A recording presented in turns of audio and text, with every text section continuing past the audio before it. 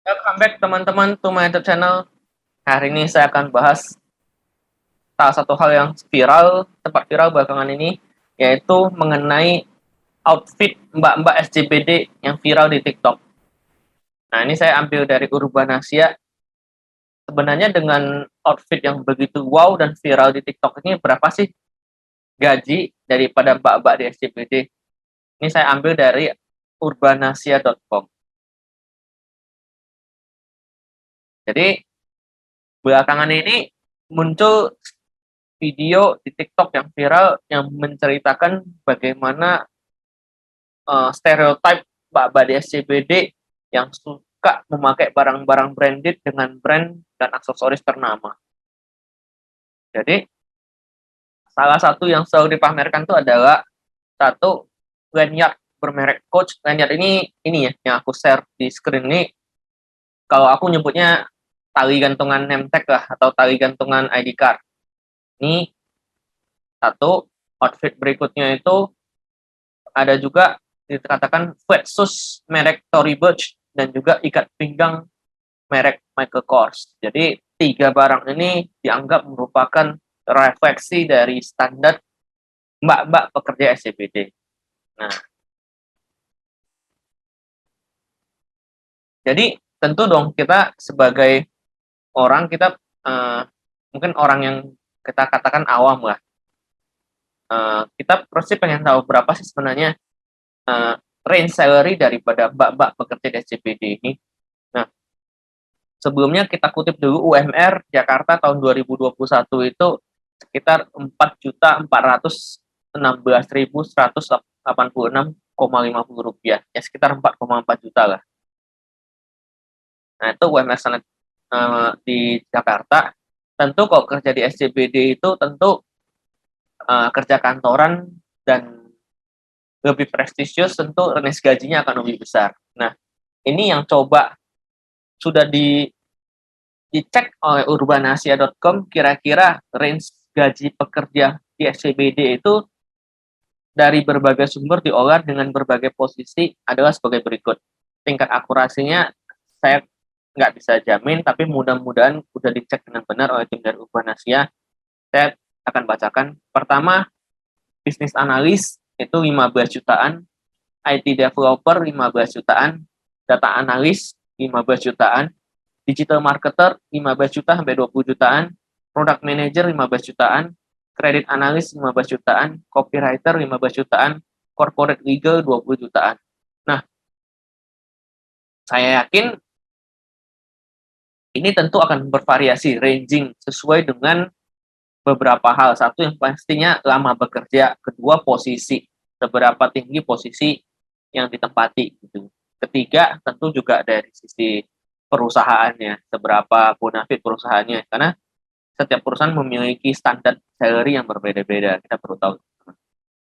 Nah, kenapa sih jadi begitu viral ini dan aku pengen bahas topik ini? Jadi, aku dulu pernah bekerja di daerah SCBD juga, teman-teman aku bisa share. Tapi, ya aku sempat lihat juga beberapa rekan-rekan, mungkin senior, cewek yang kerja di sana, memang beberapa ada yang memakai barang-barang yang branded, yang mungkin beberapa seperti contoh yang ada di atas lah. Nah, tapi teman-teman perlu pahami gitu. Uh, Tidak semua hal yang kita lihat dari depannya itu wow, tapi kenyataannya memang se-wow itu gitu. Mungkin kita expect wow, outfitnya, lanyardnya Coach, ikat pinggangnya Michael Kors, shoesnya itu Tory Burch. Mungkin orang yang awam mungkin wow, penghasilannya pasti mungkin wah mungkin puluhan juta, ratusan juta. Tapi ternyata pas disurvei juga rangingnya belasan juta sampai 20 jutaan secara ranging majority. Tapi apakah ada yang di atas itu? For sure, tentu. Pasti ada yang 30 juta, 40 juta, 50 juta, bahkan di atas 100 juta kalau memang senior level ataupun directors level itu very possible. Tapi untuk yang starting milenial yang kita bahas, yang menjadi topik yang lagi viral itu, rangingnya sebenarnya 15 sampai 20 jutaan itu I think it's cukup masuk di akal lah posisinya untuk mbak-mbak yang lagi kerja di SCBD, yang baru kerja, ya dengan usia yang lagi viral itu, ya kita sebutnya generasi milenial ataupun Gen Z lah. Nah, message yang pengen saya sampaikan itu apa sih?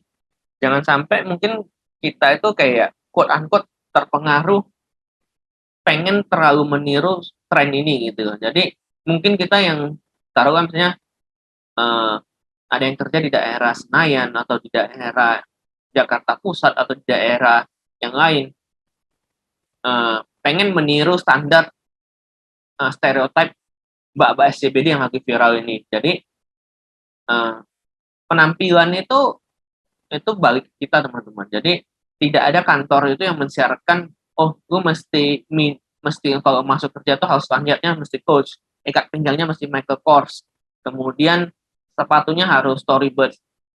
I don't think there is company yang mensyaratkan seperti itu. Even untuk level yang senior pun aku rasa my understanding itu nggak ada persyaratan seperti itu gitu.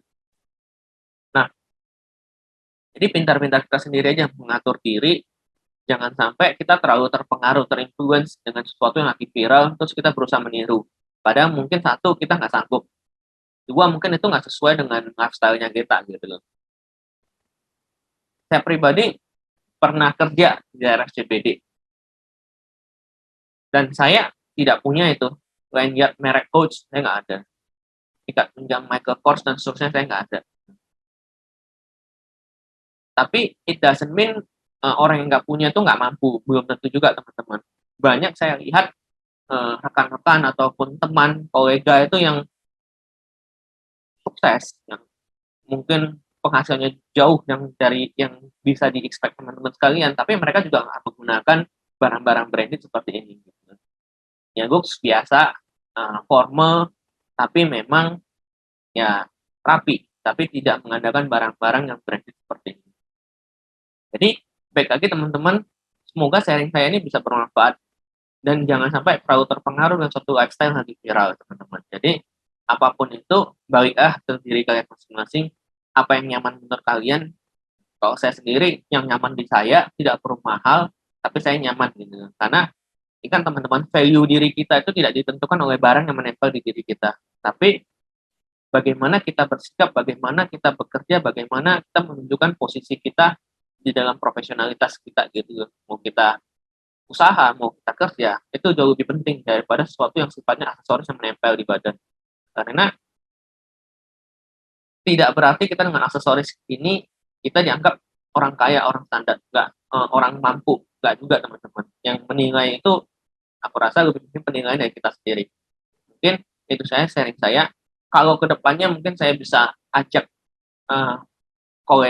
teman saya, rekan saya yang memang kerja di SCBD untuk jadi narasumber.